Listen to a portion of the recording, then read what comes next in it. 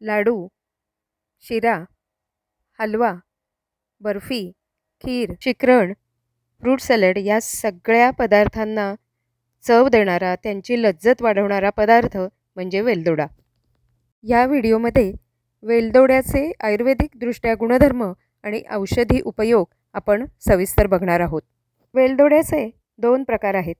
मोठी वेलची किंवा बृहत एला ही मसाल्यामध्ये वापरली जाते आणि छोटी वेलची म्हणजेच सूक्ष्म एला या वेलदोड्याचा वापर आपल्या नेहमीच्या स्वयंपाकामध्ये होतो.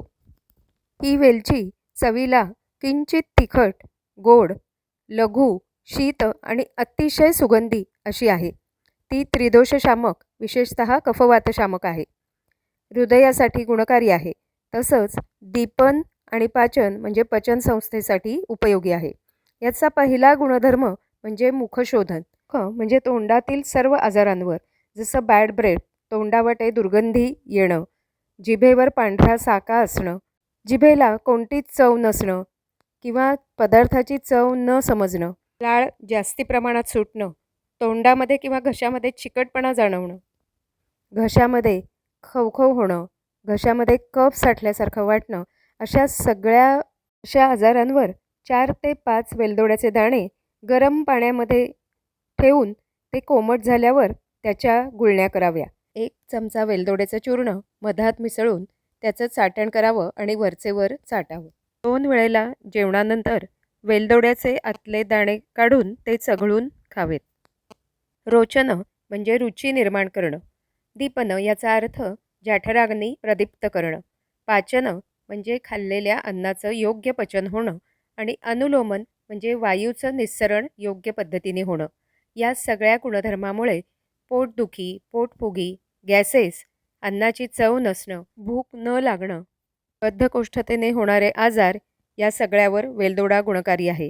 यासाठी जेवणानंतर 1 वेलदोडा चावून चावून खावा किंवा साधं विड्याचं पान, चुना, कात, बडीशोप, ओवा, वेलदोडा, ज्येष्ठमध असं घालून विड्याचं पान तयार करावं आणि ते जेवणानंतर खावं.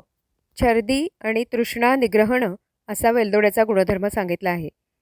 तोंडाला पाणी सुटणं, तोंडाला आंबट पाणी सुटणं, मोशन सिकनेस, प्रवासात वाहन लागणं किंवा मळमळणं, प्रत्यक्ष उलट्या होत असणं, अशा वेळेला वेलदोड्याचा उपयोग होतो.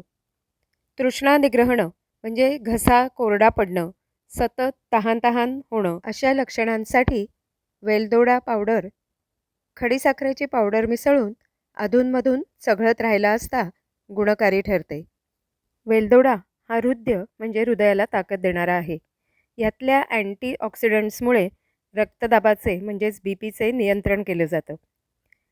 जे वाईट कोलेस्ट्रॉल आहे ते कमी करण्याचं काम वेलदोडा करतो. रक्तप्रवाहात सुधारणा करून रक्तवाहिन्यांमधला ताण, सूज, हृदयाची धडधड ही लक्षणं वेलदोड्यामुळे कमी होतात. यासाठी रात्री 1 वेलदोड्याचे दाणे पाण्यात भिजवून ठेवावेत आणि सकाळी ते पाणी प्यावं. हृदयाची धडधड वाढली असता प्रथमोपचार म्हणून वेलदोड्याचं चूर्ण आणि मध चाटण करून वरचेवर चाटावं किंवा तोंडात वेलदोड्याचे दाणे चघळावेत. वेलदोडा शीत आणि मधुर रसाचा असल्यामुळे दाह शमन करतो. शरीरात कुठल्याही भागात होणारा दाह हा वेलदोड्यामुळे कमी होतो. तोंड येणं म्हणजेच मुखपाक, आम्लपित्त, आम्लपित्तामुळे निर्माण होणारे अल्सर, शरीराच्या कोणत्याही मार्गाने रक्त बाहेर पडणं, गुळणा फुटणं, नाकावाटे रक्तस्राव होणं, पाईल्स, गुदद्वारावाटे रक्तस्राव होणं किंवा मासिक पाळीच्या वेळेला जास्त प्रमाणात रक्तस्राव होणं ही लक्षणं असताना 1 ग्रॅम वेलदोडा चूर्ण तूप आणि खडीसाखरेबरोबर 2 ते 3 वेळेला घ्यावं. मासिक पाळीच्या त्रासासाठी यामध्ये नागकेशर चूर्ण मिसळावं. वेलदोडा हा कफ निस्सारक म्हणजे अडकलेला विकृत कफ बाहेर काढणारा असा आहे. यामुळे गळ्यात किंवा छातीत कफ अडकून येणारा खोकला, कफामुळे होणारा अस्थमा यावर तो गुणकारी ठरतो. अशा लक्षणांमध्ये 1 ग्रॅम चूर्ण मधामध्ये चाटण करून वरचेवर घ्यावं किंवा तयार एलादी चूर्ण, एलादी वटी, सीतोपलादी चूर्ण मधाबरोबर घ्यावं. कफ निस्सारणासाठी रोजचा चहा किंवा ग्रीन टी यामध्ये वेलदोडा घालून तो घ्यावा. वेलदोडा हा मूत्रजनन म्हणजे मूत्रप्रवृत्ती वाढवणारा आहे.